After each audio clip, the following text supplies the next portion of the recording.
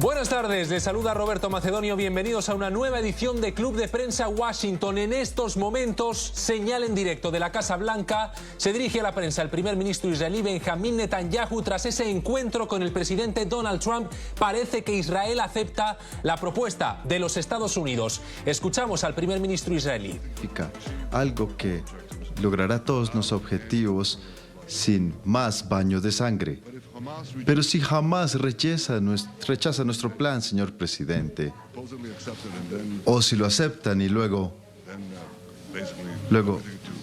básicamente no hacen nada, entonces Israel terminará el trabajo por sí mismo. Esto puede ser logrado de la manera fácil o puede ser logrado de la manera difícil, pero se hará. Preferimos la manera fácil, pero tiene que hacerse. Todos estos objetivos tienen que cumplirse porque no luchamos esta lucha horrible. Hicimos estos sacrificios para que Hamás se quede en Gaza y amenace de nuevo, una vez y otra, con horribles masacres. Señor presidente, fui alentado por su discurso en las Naciones Unidas contra la creación de un Estado palestino. Ese sería un resultado que después del 7 de octubre sería una recompensa para el terrorismo, minaría la seguridad y amenazaría la misma existencia de Israel. En cuanto a la autoridad palestina, aprecio su posición, pero la autoridad palestina no puede tener ninguna clase de rol en Gaza sin haber tenido una transformación radical y genuina. En el Pan de Plas de 2020 que usted mencionó, usted dejó claro qué requeriría esa transformación.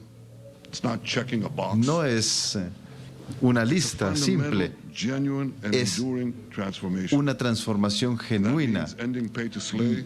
Eso significa cambiar los textos venenosos que le dan a los niños palestinos, detener la incitación en los medios, terminar el acoso contra Israel en las cortes internacionales, reconocer al Estado judío y muchas otras reformas. No será una sorpresa para usted que la gran mayoría no tienen fe en que el leopardo de la autoridad palestina cambiará sus manchas, pero en lugar de esperar a esta milagrosa transformación, su plan entrega una vía realista y práctica para que Gaza sea administrada no por Hamás ni por la autoridad palestina, sino por aquellos comprometidos a una paz genuina con Israel. Creo que esto puede ser no solamente un nuevo inicio para Gaza, creo que puede ser un nuevo inicio para toda la región. Bajo su liderazgo podemos reenergizar, bueno, tengo que darme mi mérito, podemos reenergizar los acuerdos Abraham. Abraham está bien, Abraham, como quieran llamarlo. Bajo su liderazgo, señor presidente, podemos reenergizar los acuerdos de Abraham que forjamos hace 5 años. Podemos expandirlos para incluir a muchas más naciones árabes y musulmanas que escogen la moderación y me permiten la oportunidad aquí. No será fácil, pero creo que si tenemos éxito, usted está en lo correcto. Hay grandes posibilidades que nadie hubiese soñado, pero podemos lograrlo. Como usted me dijo, señor presidente, como le dijo al mundo muchas veces, le dijo, recuerden el 7 de octubre, recuerden el 7 de octubre. Y lo hacemos. Nunca olvidaremos los horrores del 7 de octubre y haremos todo lo que sea necesario para asegurarnos que nunca más suceda. Desde el 7 de octubre, los enemigos de Israel han aprendido una verdad difícil. Aquellos quienes nos ataquen pagarán un gran precio, pero los que se asocian con nosotros avanzarán en seguridad para su pueblo. El presidente Trump ya lo dijo, también está en la Biblia. Quienes bendigan serán bendecidos y quienes maldigan serán malditos, y eso es lo que está sucediendo. Queremos las bendiciones. Creo que hemos hecho mucho en el pasado, antes, para finalizar la maldición. No hemos terminado, pero hemos hecho mucho juntos para terminar eso. Quiero agradecerle a su equipo por los esfuerzos para poder llegar a este punto, y quiero agradecerle a Steve Witkoff y a Jared Kushner por su trabajo infatigable para traer a Israel y a los Estados Árabes más cerca, y estoy muy agradecido con ellos por su trabajo. Realmente tuvimos una llamada telefónica hoy para dejarlo claro. Le dije al primer ministro de Qatar, le dije, Israel estaba apuntando a los terroristas, no a Qatar. Y por supuesto lamentamos la pérdida de un ciudadano qatarí. Y aprecio mucho la propuesta del presidente Trump para tener un organismo trilateral, los Estados Unidos, Israel y Qatar, para trabajar y limar asperezas. Si pudiésemos tratar de mitigarlas, también sería bueno para todos. Por sobre todo, toda la gente, este gran equipo y todos quienes han ayudado. Quiero agradecerle, señor presidente. La historia ya ha mostrado que bajo su liderazgo, Israel y Estados Unidos pueden cambiar la cara de Medio Oriente. Y su plan para terminar la guerra en Gaza lo hará de nuevo, y lo hará pronto. Liberará a nuestros rehenes, terminará la tiranía de Hamas en Gaza y permitirá un futuro más seguro y próspero para las gentes de nuestra región. Muchas gracias, señor presidente.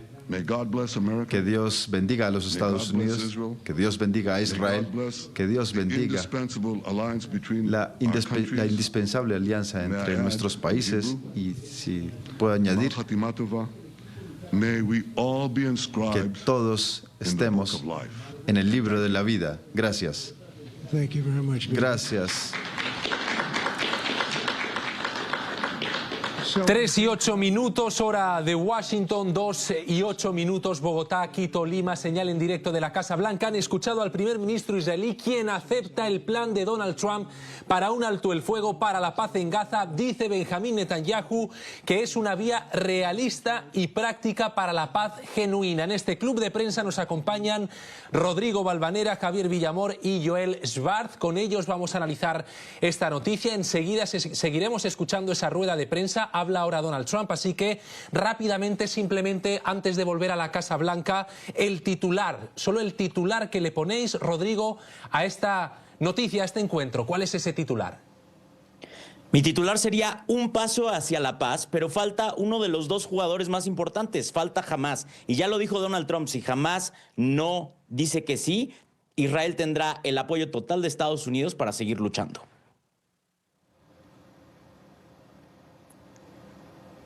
Y el titular para Javier Villamor desde Bruselas. Javier. Muy buenas. El guión continúa. Nadie dudaba de que esta paz iba a aceptarse por parte de Israel, porque Israel sin Estados Unidos no puede hacer lo que está haciendo en Oriente Medio, ni mucho menos proyectar el futuro que tienen para la región, como bien ha dicho, han comentado con los acuerdos de Abraham. Y le pregunto, en este caso, a Joel Schwartz, cuando vemos justo cómo abandonan esa sala, ese salón en el que ha tenido lugar la rueda de prensa, Donald Trump se va junto a Benjamín Netanyahu, le da una palmada en la espalda también al primer ministro israelí. Ambos se van en un tono de máxima cordialidad después de este encuentro. La prensa se levanta, lo están viendo. Concluye esa rueda de prensa reveladora en la que Netanyahu acepta los términos propuestos por Estados Unidos. El titular para Joel Schwartz desde Israel. Creo que hay varios, pero el titular para mí más significativo es que el presidente Donald Trump le habla al pueblo de Israel por encima de su primer ministro y le dice: este primer ministro es un gran guerrero, pero el pueblo me pide que hagamos la paz, que terminemos la guerra y que traigamos de vuelta a los secuestrados. Es algo insólito, me parece, en la política israelí, en la política mundial. Perfecto. Veamos cuáles son las condiciones que ha puesto Estados Unidos, las que ha aceptado Benjamín Netanyahu a la espera de conocer la respuesta de Hamás. Son 20 puntos, hemos elegido algunos de los más significativos. En primer lugar, la liberación de todos los rehenes de Hamás, ahí están viendo esas condiciones. También la liberación de 250 prisioneros en Israel con cadena perpetua y la liberación de los gazatíes detenidos por Israel después del 7 de octubre. Se habla en ese documento también de una coexistencia pacífica y de la desmilitarización del grupo terrorista Hamás. También explican que comenzaría una etapa de gobernanza transitoria temporal de Gaza y especifican que Israel no ocupará Gaza. Este es el acuerdo que ha propuesto Estados Unidos y que, en este caso, Benjamín Netanyahu habría aceptado. La Casa Blanca ha difundido este mapa en el que se ve también cómo se retirarían las tropas de Israel de la Franja de Gaza, cómo se irían retirando progresivamente a medida que se aceptan y que entran en vigor las condiciones de este acuerdo. Le quiero preguntar a Joel Schwartz por su opinión sobre esos puntos que ha puesto sobre la mesa Estados Unidos. Hemos señalado algunos de esos 20 puntos, esos 20 condicionamientos y, sobre todo, si cree Joel que Hamás los aceptará.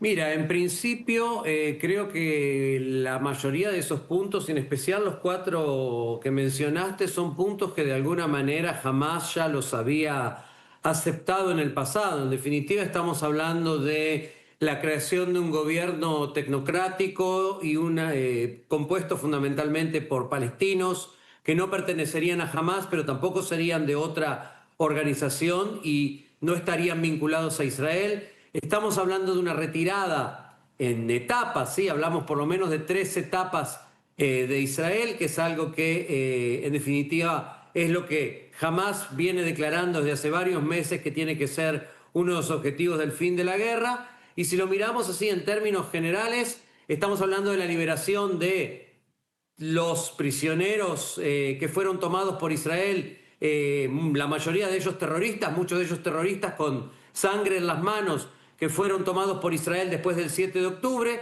y que serían liberados en el marco de este acuerdo. Yo creo que el acuerdo o el programa de Trump tiene muchas zanahorias, por llamarlo de alguna manera, como para que la organización terrorista Hamás termine aceptándola.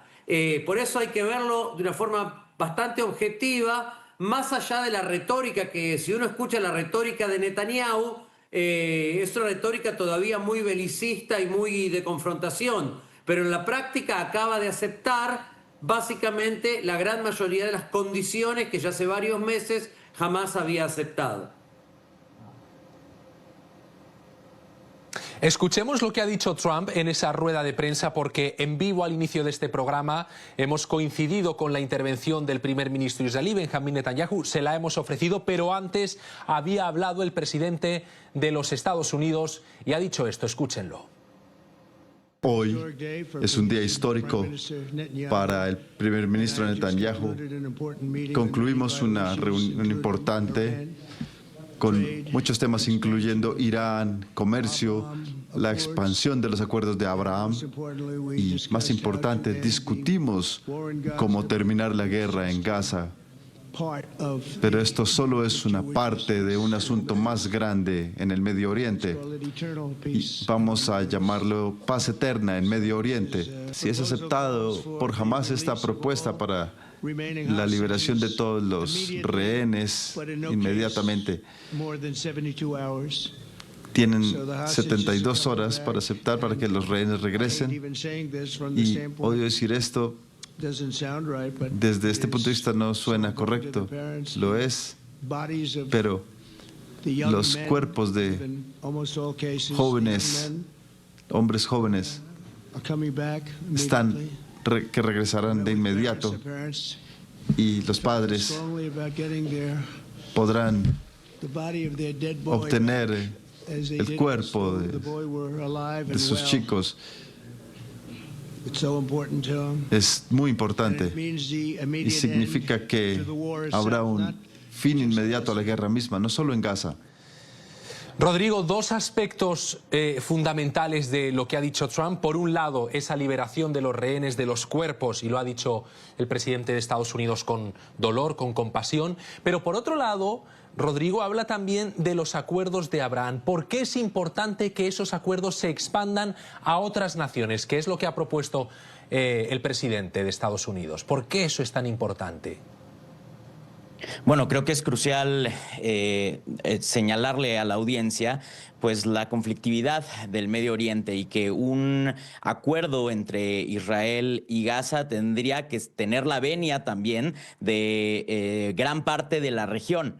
Si no, pues nada más sería pues palabras al aire. Creo que podemos tomar esta reunión y estos anuncios que hicieron Netanyahu y Donald Trump en la Casa Blanca con una pizca de esperanza, sí, pero recordemos que ya habíamos tenido esperanza en ocasiones pasadas. En enero, el gobierno todavía del presidente Joe Biden, junto con el equipo de transición de Donald Trump, que ya era presidente electo, recordemos, anunciaron un cese al fuego, lo anunciaron con bombo y platillo.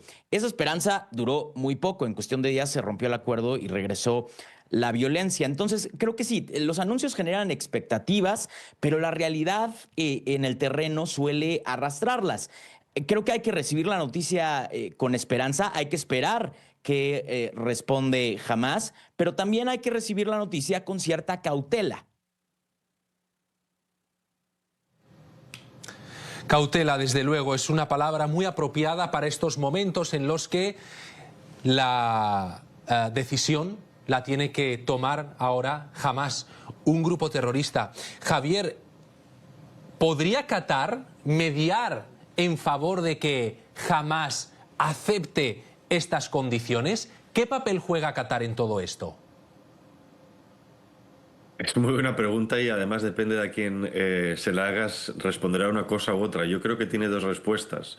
Primera, no olvidemos que Qatar se utilizó en su momento por Israel para financiar a Hamás con el fin de debilitar a la OLP.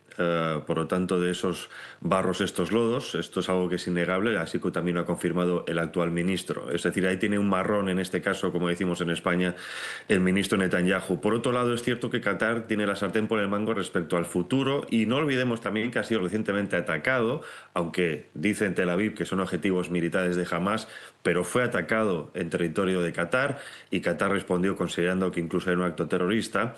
Es cierto que en este caso tiene la sartén por el mango en cuanto al futuro de Hamás. No solo Qatar, también hablamos de Irán, que por cierto también lo ha sacado Donald Trump en esta reunión a relucir. Irán es una bestia, es la némesis de, en este caso, Netanyahu de Israel, ¿no? Y es cierto que cuando lo saca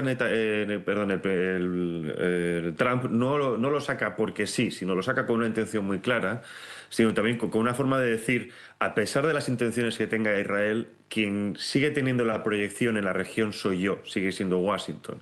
Si Washington quiere que se pacte con Irán, se va a pactar con Irán. Ahora habrá que preguntarse qué tipo de Irán, porque obviamente al régimen actual, tal cual lo conocemos, no le queda mucho. Es cierto que también las bombas que lanzaron los estadounidenses, también hizo mención de esa manera irónica Donald Trump, fueron más para calmar las ansias de Israel que para realmente unos objetivos estratégicos. Ha vuelto a sentarse Irán en la mesa de negociaciones de respecto al proyecto nuclear.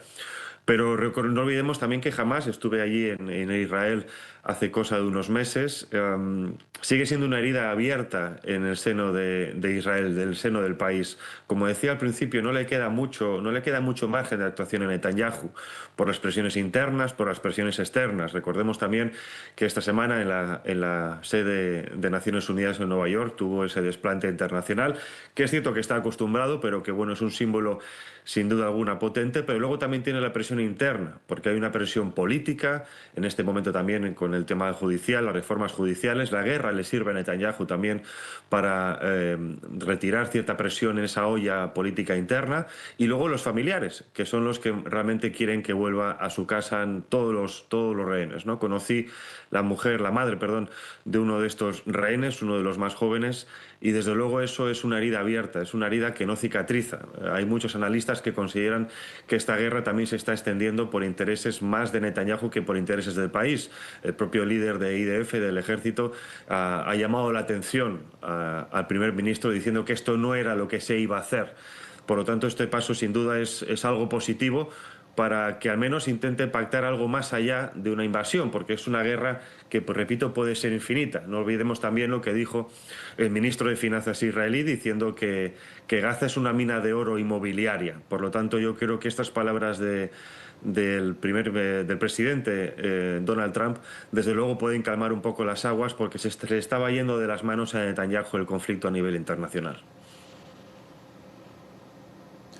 Y Trump parece que pone sobre la mesa ese acuerdo, 20 puntos que Israel ya ha aceptado y, ojo, pendientes de lo que haga Hamás, si acepta o no esas condiciones de Estados Unidos. En medio de la conversación entre el presidente israelí y el presidente de Estados Unidos, Benjamín Netanyahu ha llamado por teléfono a su homólogo catarí. Han mantenido una conversación telefónica en la que el primer ministro israelí se ha disculpado por el ataque del mes de septiembre en Qatar, donde perdió la vida un guardia de seguridad catarí. Ha dicho Netanyahu también en la rueda de prensa que el objetivo eran los terroristas y que lamentaba que hubiese tenido aquel ataque ese efecto colateral. Hace minutos, la Casa Blanca ha emitido un comunicado al respecto de esa llamada telefónica. Es este, escuchen. El presidente expresó su deseo de encauzar las relaciones entre Israel y Qatar por una vía positiva tras años de agravios mutuos y malentendidos. Como primer paso, el ministro Netanyahu expresó su profundo pesar por el hecho de que el ataque con misiles de Israel contra objetivos de Hamás en Qatar causara la muerte involuntaria de un militar catarí. Además, lamentó que al atacar a los líderes de Hamás durante las negociaciones para la liberación de los rehenes, Israel violara la soberanía de Qatar y afirmó que Israel no volverá a llevar a cabo un ataque de este tipo en el futuro. ¿Por qué es tan importante, Joel, esa llamada telefónica y esa petición de disculpas por parte de Netanyahu? Claramente esto es una imposición o un pedido del presidente Trump, pero creo que es fundamental para que Qatar pueda tener o volver a tener de alguna manera un papel de mediador, que si bien para todos nosotros está claro que no se trata de un mediador imparcial, sino un mediador que ha abiertamente apoyado las políticas de Hamás y la estrategia de Hamás y puesto dinero con la anuencia de los gobiernos de Israel, del gobierno de Netanyahu, para la construcción de Hamás como una organización poderosa en la Franja de Gaza.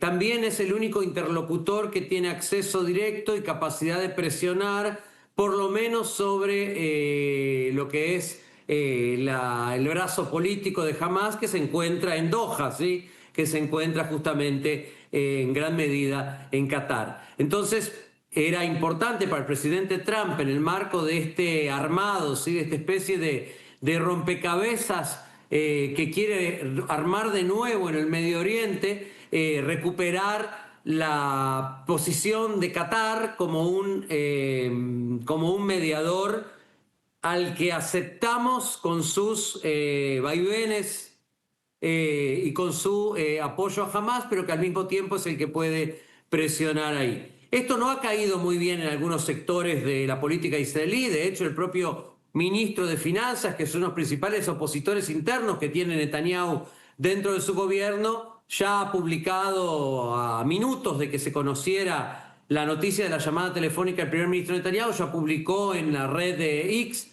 Twitter, una diatriba en contra del primer ministro y de este acto que él considera una humillación para el pueblo israelí de tener que salir a pedirle disculpas a un país que apoya, en sus palabras, el terrorismo.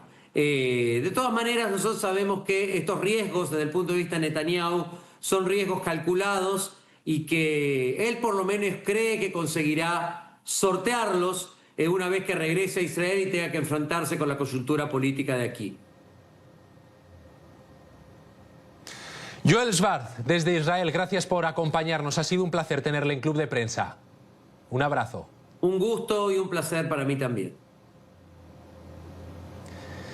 Y un placer. Gracias por ayudarnos a entender mejor, en definitiva, esta noticia que está en desarrollo y se la estamos contando en NTN 24. Seguimos con ustedes, seguimos con Rodrigo Balvanera, con Javier Villamor. A la vuelta, la visa del presidente colombiano Gustavo Petro. Ya lo saben, ha sido anulada. Vemos todas las reacciones enseguida. Ya regresamos. Continuamos con Club de Prensa Washington por NTN 24, el canal de las Américas. Bienvenidos de nuevo a Club de Prensa Washington, el espacio de análisis de los temas de actualidad que afectan a el resto del mundo, porque las decisiones que se toman aquí, en la capital de Estados Unidos, afectan en la mayoría de ocasiones a muchos países. Uno de ellos, Colombia, o más que a Colombia, al presidente colombiano Gustavo Petro. Él se quedó sin visa después de hacer este polémico discurso, por llamarlo de alguna manera, porque en realidad fue más bien una intervención con un megáfono alentando a las masas y pidiendo a los soldados de Estados Unidos que desobedezcan las órdenes del presidente Trump. Algo así como pidiendo una insurrección militar. ¿Por qué? Escúchenlo. Por Asamblea General de los Pueblos en las Naciones Unidas, vamos a presentar una resolución la hora de los pueblos, que diga que se ordena. Pero las naciones que voten si se aprueba la resolución, y aquí un gran trabajo para que 2/3 partes de las naciones del mundo voten sí. End the genocide in Gaza. En fin, Rodrigo, Javier, seguimos con ellos. Es grave que un presidente de un país, ¿no?, pida a los soldados de otro país que desobedezcan las órdenes del comandante en jefe de las Fuerzas Armadas, que es el presidente Trump en este caso. Pero más allá de la gravedad de esos hechos, la respuesta por parte de Estados Unidos de quitarle la visa al presidente Petro, Rodrigo, era lo esperado, me imagino, ¿o no? Creo que sí era lo esperado, pero aún así no quiero negar que fue pues una acción diplomática agresiva, sobre todo si entendemos el contexto regional y las tensiones que está teniendo Estados Unidos con Venezuela. Hoy en día, Colombia puede ser un gran aliado en esa tensión para Estados Unidos. Creo que esto, pues básicamente, casi que rompe relaciones con el gobierno de Colombia. Habiendo dicho eso, yo estoy de acuerdo que pues Petro podrá decir lo que quiera. Muchos argumentan que, o defienden a Petro argumentando que estaba ejerciendo la libertad de expresión en Estados Unidos. Sin embargo, creo que Petro, como ciudadano, puede opinar lo que quiera. Pero Petro no es un ciudadano cualquiera, es el presidente de Colombia. Y sí, puede expresar libremente sus opiniones políticas, pero cada declaración que haga un jefe de Estado de un país tan importante como Colombia va a tener sí o sí implicaciones diplomáticas inmediatas. Y creo que ahí está el error de Petro. Él podrá tener su opinión, pero el momento en el que lo hace, el lugar en el que lo hace y la forma en la que lo hace, pues no nos debería de sorprender entonces la respuesta de Estados Unidos, porque sí, cada quien tiene derecho a la libertad de expresión, pero cuando eres un servidor público, tus palabras conllevan cierta responsabilidad y esa responsabilidad también implica ciertas consecuencias, sobre todo cuando estás en territorio extranjero. Entonces, que a nadie nos sorprenda la acción que tomó Estados Unidos, que a pesar de que sí fue agresiva, creo se enmarca muy bien en el contexto de lo que hizo Petro, en dónde lo hizo y cómo lo hizo. Javier, ¿por qué hizo esto Petro? Hay personas que dicen que todo es parte de una estrategia, buscando esa respuesta de Estados Unidos para victimizarse y sacar rédito político, y hay analistas también que lo dejan en que simplemente es un inconsciente. ¿Tú qué crees? Me apunto más a la primera teoría. No olvidemos que aunque todos estos líderes políticos, el socialismo del siglo XXI, la izquierda más radical, algunos es cierto que parezca que son tontos, por así decirlo, de tontos no tienen un pelo, ¿no? Sobre todo si han llegado hasta ahí, no sabemos si su inteligencia la utilizan para el mal, obviamente algunos sí, como estamos viendo, pero desde luego tontos no son. Yo creo que está muy bien planificado, teniendo en cuenta también, como estábamos comentando, el contexto geopolítico de la región. Colombia, no olvidemos que es fundamental para Venezuela. Y no hablamos solo de países, sino hablamos también de cárteles, el famoso cártel de los soles, que es el que está ahora mismo acosándose. No debería ser el único, pero luego, si queremos, también analizamos eso, pero desde luego es la relación fundamental. Colombia produce, de hecho también por eso se buscó el proceso de paz obligatorio con las FARC, para poder normalizar la producción de cocaína. No olvidemos que ese proceso de paz se votó, además, cuando en contra de la voluntad del pueblo colombiano. Es decir, que en este momento, además, Santos, que recibió por entonces $1 millón en el salario de la Fundación Rockefeller a cambio de traicionar a su pueblo con los terroristas de las FARC, fue para normalizar la producción, que pasa por Venezuela y después se lleva también al norte por México y también a Europa. Venezuela es fundamental para el reparto de esa cocaína que se produce en Colombia. Por lo tanto, esto no solo es una relación diplomática entre presidentes, es una protección del mercado, ¿no? De la producción, en este caso del negocio, que es el de la cocaína o el de las drogas. Estamos hablando de que esta tensión no es solo, repito, entre países, estamos hablando de un mercado de los más fundamentales del mundo.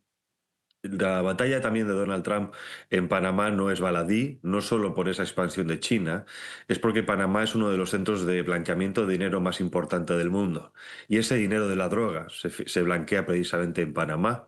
Y uno de los principales consumidores es Estados Unidos. Es decir, que todo ese gran caos, el gran poder que tiene esta gente, dejaría de tenerlo, o algunos de ellos dejarían de tenerlo, si se cortaran la raíz económica y de consumo. Y eso pasa por cortar la producción y cortar el blanqueamiento. No solo es una especie de conflicto, repito, entre Donald Trump y sus némesis regionales, sino que estamos hablando de cortar el financiamiento o la financiación de una de las grandes redes políticas del mundo. Porque además, no solo también es Colombia, no solo es Venezuela, Estados Unidos, Washington en concreto, está también apuntando a la red en España, que sería la que lidera el expresidente José Luis Rodríguez Zapatero, y en España, en este caso, Pedro Sánchez. Por lo tanto, la extensión es mucho más grande. Pedro Sánchez viajó hace unas semanas también para fortalecer su imagen internacional, muy dañada por los casos de corrupción. Esta misma mañana ha salido que su hermano vivió a escondidos durante meses en la Moncloa. Salió a pasearse por América con Petro, con Lula y compañía. Estamos hablando de esa internacional socialista que, repito, es más que política. Por lo tanto, si cortan la raíz económica, estarán haciendo muchísimo daño. Y en este caso también a Petro le interesa a nivel nacional, para poder vender esa imagen de yo me enfrento al imperio, etcétera, etcétera, etcétera, porque también está en horas bajas en el país, a pesar de que sigue en el gobierno y de que algunas de sus propuestas siguen adelante, la contraconservadora cada vez es más grande, y eso también es muy importante para él en su país, en Colombia. Rodrigo, ¿esto le da oxígeno al régimen de Nicolás Maduro? Todas estas acciones de Petro, la que hemos visto, pero otras como no reconocer el cártel de los soles, ¿se está perfilando él como un aliado público del régimen de Venezuela? No creo que Petro llegue a esa instancia, sin embargo, sí es crucial para Nicolás Maduro tener un vecino geográfico que, si no es aliado como tal o públicamente, por lo menos que no sea un enemigo, ¿no? Y el hecho de que esté desalineado Petro a Estados Unidos, pues evidentemente beneficia a Venezuela en esta tensión que ya hablábamos y que explica muy bien Javier, de la tensión regional y geopolítica en la que está participando Estados Unidos. Pero creo que hay otro factor muy importante, que es el hecho de que el próximo mes de mayo, en el 2026, hay elecciones en Colombia. Y el proyecto político de el presidente Petro, pues necesita de aire para tratar de consolidarse y tener aspiraciones electorales. ¿Y qué es lo que hacen hoy en día los populistas, tanto de izquierda como derecha, en absolutamente todo el mundo? Es apelar a la estridencia. Y es lo que hizo Petro en Nueva York. Petro lo que necesita, para bien y para mal, es tener esos bytes que le den la vuelta al mundo, que polaricen a su sociedad, porque esto ha causado mucho revuelo en Colombia, pero que afiancen su base electoral, que encontró ya un enemigo perfecto, el imperio yanqui que viene contra nuestros intereses, contra los intereses regionales, que le quita la visa a nuestro presidente. Esto le funciona muy bien a Petro, para mal, yo creo, porque a través de esa estridencia afianza su base electoral rumbo a las elecciones del próximo año. Creo que es una estrategia que vemos en absolutamente todo el mundo, en donde los populistas, los políticos populistas, en contextos electorales, le suben el volumen a la polarización con intereses y objetivos electorales. Claro, eso tiene muchísimas consecuencias que afectan mucho más allá del tema electoral y que muchas veces los políticos que están en campaña no lo piensan. Entonces creo que también hay que enmarcar todo ese tema en el ámbito doméstico de Colombia, porque está fungiendo como un tema polarizante y es muy importante analizarlo de esa manera. Una noticia de última hora, Rodrigo, Javier, se acaba de producir. Germán Ávila Plazas, ministro de Hacienda de Colombia, acaba de renunciar a su visa en solidaridad, dice, con el presidente Petro. Leo textualmente: por la agresión de que fue objeto por parte del gobierno de Estados Unidos, he decidido a renunciar al uso de mi visa. Lo acaba de publicar en redes sociales a través de la cuenta del Ministerio de Hacienda. Una noticia de última hora. Esto es Club de Prensa. Hay más, pero antes una pausa. Y a la vuelta, la reunión de generales de Estados Unidos que tendrá lugar mañana en la sede de Quantico en Virginia. ¿Por qué? Ya lo analizamos. Nos vamos a la pausa con los memes que también han inundado las redes sociales tras ese... ahí están, por ejemplo, salvar al soldado Brian, y ponen a Gustavo Petro. En fin, el sentido del humor que nunca falta. Ya regresamos. Continuamos con Club de Prensa Washington por NTN 24, el canal de las Américas. Bienvenidos de nuevo a Club de Prensa. Pendientes de la reunión que en cuestión de horas mañana tendrá lugar en la sede militar de Quantico en Virginia. El secretario de Guerra Pete Hegseth ha convocado a los altos mandos de las Fuerzas Armadas de los Estados Unidos. Una reunión en la que se espera que participe también el presidente Donald Trump. La pregunta que todo el mundo se hace es: ¿cuál es el objetivo? Se desconoce, aún no ha trascendido, pero está claro que se trata de un encuentro clave en medio del despliegue naval de Estados Unidos en el Mar Caribe para luchar contra los cárteles de la droga como el de los Soles que operan en esa zona. Le pregunto a Javier y a Rodrigo cuál puede ser el objetivo y, sobre todo, si estará relacionado o no con Venezuela y si se hablará, Rodrigo, de Nicolás Maduro. A ver, creo que veremos el día de mañana, sin tratar de especular. Está claramente el contexto internacional, en donde Venezuela juega una gran parte. También está el contexto doméstico de Estados Unidos, en donde el gobierno de Trump está usando cada vez más a los militares para uso interno y de control interno. Me parece preocupante si es que mañana esta reunión se usa como un ejercicio para rendirle cuentas al ejército o para purgar al ejército. Si es que Donald Trump le pide un alineamiento a los altos mandos del ejército, pues sería preocupante y violaría la neutralidad un poco del ejército estadounidense, que cuando se enlistan hacen un juramento, todos los soldados de Estados Unidos, primero para apoyar y defender la Constitución de Estados Unidos y después para obedecer las órdenes del presidente. Pero primero está la Constitución. Entonces creo que tenemos que tener mucha atención a lo que vaya a pasar mañana en Virginia, porque puede tener relevancia internacional, como ya lo dice, sobre todo en Venezuela, pero también doméstica en Estados Unidos. Javier, en 20 segundos nos quedamos sin tiempo, pero antes saber tu opinión. No ocurría en 30 años una reunión de estas características, por lo que es algo inédito, ¿no? Exacto, y no olvidemos que el otro frente que tiene Donald Trump, en este caso por la política que sigue, que es la de Henry Kissinger respecto a China, es precisamente China.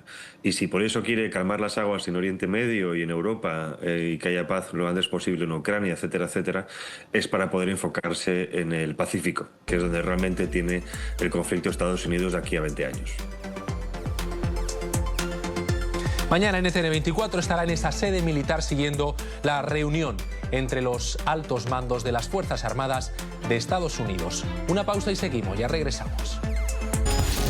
Continuamos con Club de Prensa Washington por NTN24, el canal de las Américas. Agradecer a Rodrigo Valvanera que nos haya acompañado desde Ciudad de México y a Javier Villamor desde Bruselas. Un club de prensa muy internacional porque, como siempre decimos, lo que ocurre en esta ciudad afecta al resto del mundo. Y gracias a ustedes por seguirnos. La información continúa en el canal de las Américas. ¡Feliz lunes!